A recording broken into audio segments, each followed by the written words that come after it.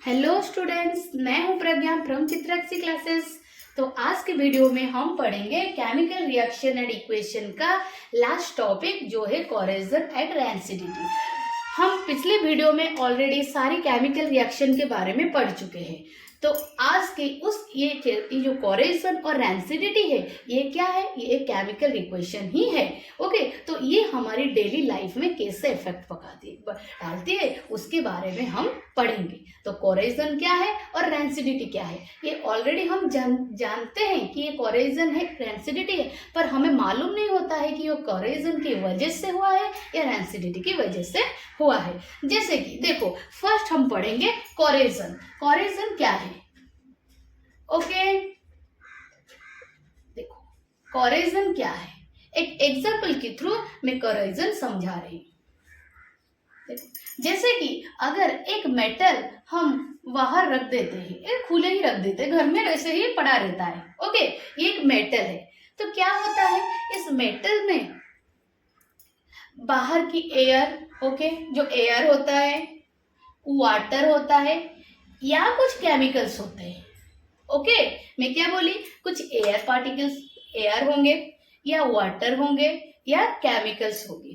तो अगर air, water और केमिकल में कुछ इसके मेटल की लेयर को टच करेंगे, ओके, मतलब इस मेटल में और सरफेस में क्या होता है, कुछ एटम्स होते हैं। इसमें तो हमें पता है एटम्स तो हर जगह होते हैं, नहीं तो ये जो सरफेस है उस सरफेस में छोटे छोटे एटम्स होंगे। तो ये एटम जो होते हैं ये एयर पार्टिकल्स, वाटर पार्टिकल्स या केमिकल्स के कुछ पार्टिकल्स में क्या होती है, उनके साथ रिएक्शन करते हैं। ओके, और रिएक्शन की वजह से क्या होती है, धीरे धीरे धीरे धीरे वो रिएक्शन की वजह से इसकी लेयर क्या हो जाती है, कम कम कम कम हो जाते हैं। ओके, मतलब इसकी क्वांटिटी धीरे धीरे कम हो जाती है।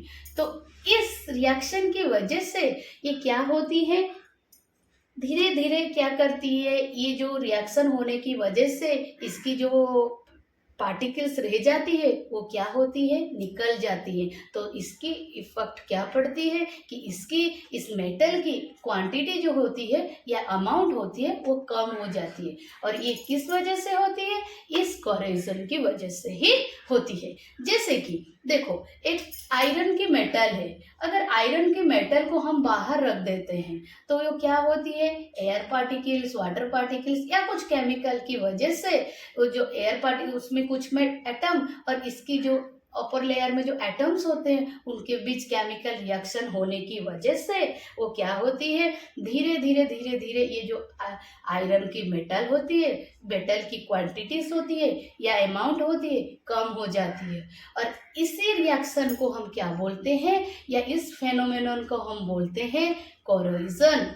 ओके, इस फेनोमेनन को हम बोलते हैं कोरोजन।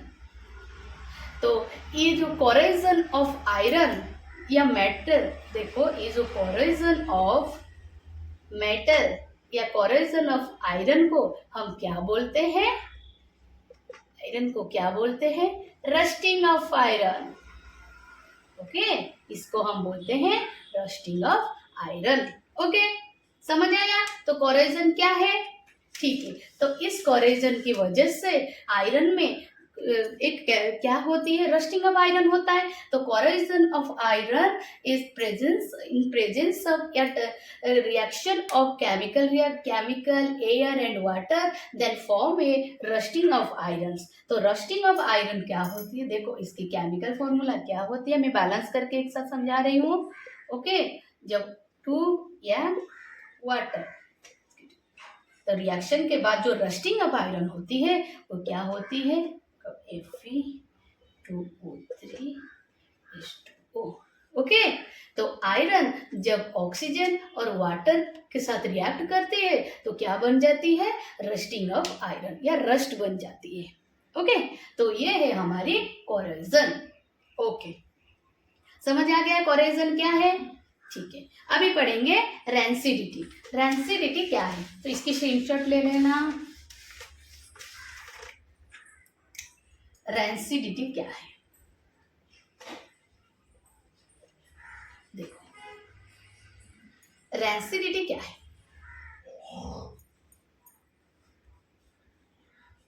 कंटेनर में कुछ फूड रख देते हैं, ओके, कंटेनर में जो खाने का चीज रखते हैं, उस खाने के चीज में या उसमें क्या होती है, ऑयल्स होती है या फैट्स होते हैं या नहीं होते?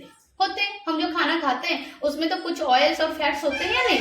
तो उस ऑयल और फैट्स क्या करती है, जब हम खुले में रख देते हैं ना, तो एटमॉस्फेरिक जो ऑक्सीजन होते हैं, एटमॉस्फेरिक ऑक्सीजन होते हैं, वो क्या करते हैं कि वो एटमॉस्फेरिक ऑक्सीजन इस ऑयल और फैट के साथ रिएक्ट करके क्या कर देते हैं, रैंसिड कर देते हैं। तो उस रैंसिड की वजह से हमारे जो ये खाना होते हैं ना, जो फूड्स होते हैं, वो क्या होते हैं, बैड स्मेल देते हैं, कुछ अजीब सा स्मेल देते हैं। और क्या होती है, उसके टेस्ट में भी चेंज हो जाते हैं, ओके। और क्या होते हैं, कलर भी चेंज होता है। क्या क्या मैं बोली, क्या क्या चेंज होता है, स्मेल में चेंज होता है, टेस्ट में चेंज होता है और कलर में भी चेंज होता है, okay, due to rancidity. Okay, rancidity की वजह से हम क्या होती है, वो जो खाना स्मेल में चेंज हो जाते हैं, टेस्ट में चेंज हो जाते हैं, कलर में चेंज हो जाते हैं। तो उसी फेनोमेनन को हम बोलते हैं रैंसिडिटी।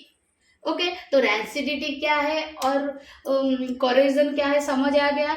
तो हमारी इस केमिकल रिएक्शन और इक्वेशन का ये लास्ट ही टॉपिक था, जो कोरोजन एंड रैंसिडिटी। ओके, तो आज की ये टॉपिक की खत्म होती है। ओके, नेक्स्ट वीडियो मेरी नेक्स्ट क्लास में अपलोड हो जाएगी। तो आज के लिए थैंक यू। तो हम रैंसिडिटी को कैसे प्रिवेंशन करेंगे, नहीं क्या करने से रैंसिडिटी नहीं होगी, जैसे कि use of air tight container मैं क्या बोली, रैंसिडिटी क्यों होती है, क्योंकि बाहर के ऑक्सीजन जो होते हैं खाने के जो फैट्स और ऑयल के साथ रिएक्ट करके रैंसिड बनाती है। तो हम अगर एयर टाइट कंटेनर यूज करेंगे हैं, तो बाहर के जो ऑक्सीजन होते हैं वो अंदर खाने के ऑयल या फूड फैट के साथ नहीं मिल पाएंगे, नहीं, तो इसीलिए उसमें रैंसिडिटी होने की कोई पॉसिबिलिटी ही नहीं है। ओके, सेकेंड, पैकेजिंग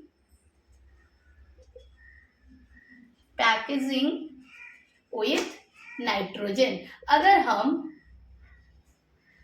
अगर हम जो भी खाने या देखे होंगे, जो चिप्स वगैरह या कुरकुरे में वो पैकेट्स में क्या होती है, नाइट्रोजन गैस के साथ होती है, क्योंकि नाइट्रोजन इजीली रिएक्ट नहीं करते हैं, इसीलिए वो पैकेट्स में नाइट्रोजन गैस के देते हैं due to lack of rancidity. Okay, third, refrigerator का यूज भी कर सकते हैं,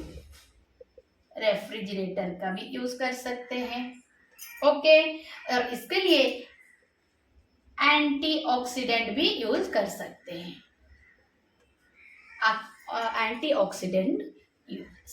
ओके, ठीक है। तो रैंसिडिटी और कोरोजन समझ आ गया। ये केमिकल रिएक्शन एंड इक्वेशन का लास्ट टॉपिक था, ये जो हमारी prevention, rancidity, corrosion and prevention of rancidity and equation of corrosion. Okay, तो आज के लिए इस वीडियो का इस चैप्टर का लास्ट ही है। तो नेक्स्ट वीडियो में हम करेंगे उसकी न्यूमेरिकल्स या कुछ क्वेश्चन वगैरह, बैलेंसिंग रिएक्शन के नेक्स्ट वीडियो मेरी अपलोड हो जाएगी। Okay, thank you.